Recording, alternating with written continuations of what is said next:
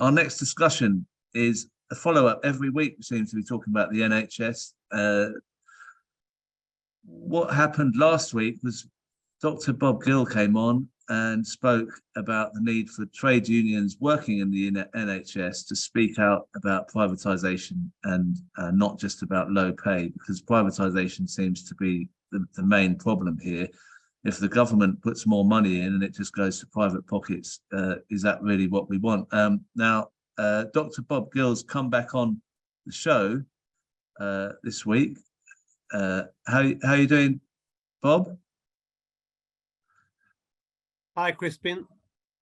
Hi. Look, I'm just going to start this weekly update on the NHS with you. It seems to be every week with a clip of Sharon Graham, because what happened was after our talk last week, people were sending me a link saying Sharon Graham spoken out as a trade union official about privatisation. This is what she said on Sky.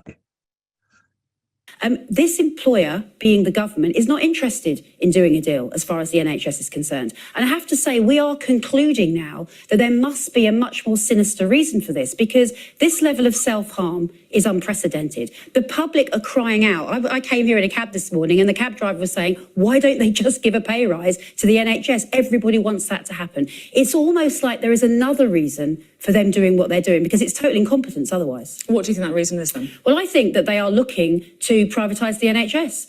Genuinely, I believe that they're looking as this is the moment they can privatise the NHS. I said when I was on your programme the last time that I was very concerned about the Chancellor, who was the health secretary, who wanted the NHS in the American trade deal. And there was a big fight about making sure it wasn't in the American trade deal.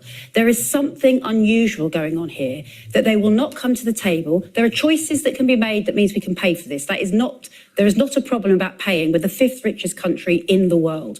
There is something going on here. Otherwise, they are at a level of incompetence not known. Now, in that interview, Sharon Graham clearly says that they are thinking about privatising the NHS. She doesn't say that the NHS has been already privatised, which is what we've discussed on the show. I did send an email to Sharon Graham asking if she'd come on, and I got a reply from her office this morning, and this is what they say. Thank you, Crispin. The General Secretary is currently on disputes. You may be aware that she ran the TTIP campaign stating exactly that. There are whole rafts of NHS already privatised. Indeed, we outed MPs profiting from it. The SR point is about now. The sinister plans for the next stages. Hope the show goes well. GS office team. There's a lot of acronyms in there. Now, what I was wondering with that is do you think that statement it clarifies her interview there? No, it's not really helpful. I'm more interested in what they're saying when they get big public platforms rather than emails that have a far smaller audience. It sounded to me from what she said on Sky that she was presenting it as some hypothetical future threat. But as we've discussed on here many times, all the series of legal changes are now in place. There is nothing else needs to be done. Now, I've got a video that you kindly sent me of the transition to American managed care or the privatisation. It explains how it's all happened slowly, incremental changes. I'm just going to play that now.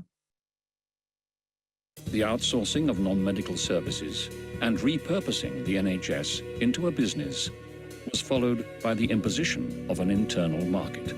Financial destabilization with private debt and the expansion of outsourcing to core service provision then transitioned in 2012 into a full compulsory external market. Hospitals now free to earn half their income from private patients. By 2014, the essential covert groundwork was completed ahead of the final phase, converting the NHS into an American-style accountable care model and privatizing control of NHS budgets.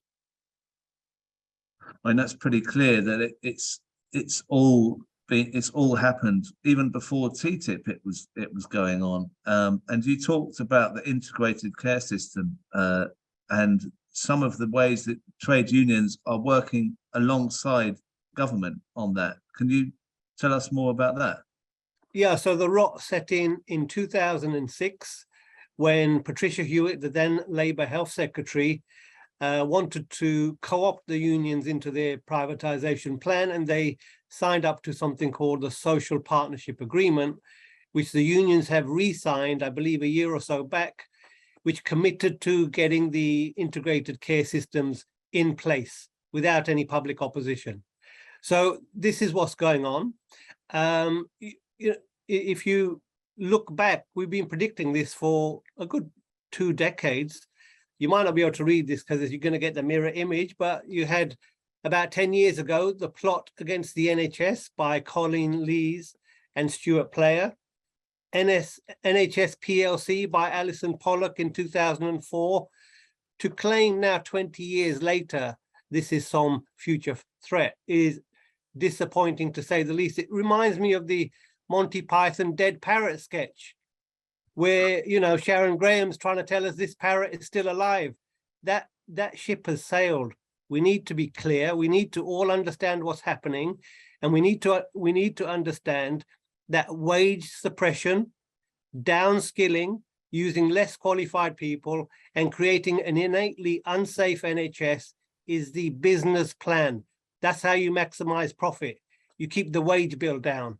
Now, for a union leader not to understand that and join the dots is disappointing. And maybe I can extend my offer to brief Sharon Graham via your show. Maybe we'll get a poll of your audience to suggest whether they support I go and brief Sharon Graham. I've been trying behind the scenes since she was elected. I've got absolutely nowhere. So now I'm making a public plea. The health team in Unite and Sharon Graham, I would love to brief them as to where we are with the NHS. Well, that's good that you're offering that. And the thing is it a tactical, that the question that people will be asking is she tactically trying to ring alarm bells so people will think, oh, wow, this is happening? Is that a tactical thing that she did in that interview, do you think? And secondly, is that a bad tactical move? Do you think it's better to actually say the NHS has already been privatised, we've got to renationalise, which is what you've talked about? It reminds me a bit of every general election Labour says the Tories are going to destroy the NHS. She's sort of doing this, if the Tories carry on, then the NHS will be privatised. It feeds into the Labour can save the NHS, and we actually think, don't we, that Labour will be just as damaging. Absolutely. I don't think it's a positive tactical manoeuvre. They're part of the Social Partnership Forum agreement. That is not tactical. That's complicity. That's no tactic. And I think it's a tactical advantage to tell the public the reason the government aren't doing the obvious thing is for exactly what I've spelt out. Wage suppression, reducing the wage bill, is to allow future profit maximization as well, coupled with the denial of care. Now, that's far more tactically advantageous to ring the alarm bell for patients so they realize they won't have enough staff of the correct qualification to provide safe healthcare, and then soon they'll have to pay for it out of their pocket. Now, why wouldn't that appeal to the public, their own self-interest, to realize how staff wages are connected to a good NHS, a good health system? You know, it's tactically insane what I'm hearing, you know, quite frankly. And, you know, going back to, I was just looking up a couple of quotes, and this is one from 2011. Tim Evans, one of the privatisation lobby, said the NHS would simply be a kite mark attached to institutions and activities of a system of purely private providers. That's where we're going. A logo and a funding stream, purely private providers. So the NHS staff in due course will be transferred over to private companies. They won't be public employees anymore. And for a union leader not to understand that and start spelling this out, when are we going to do it? Yeah.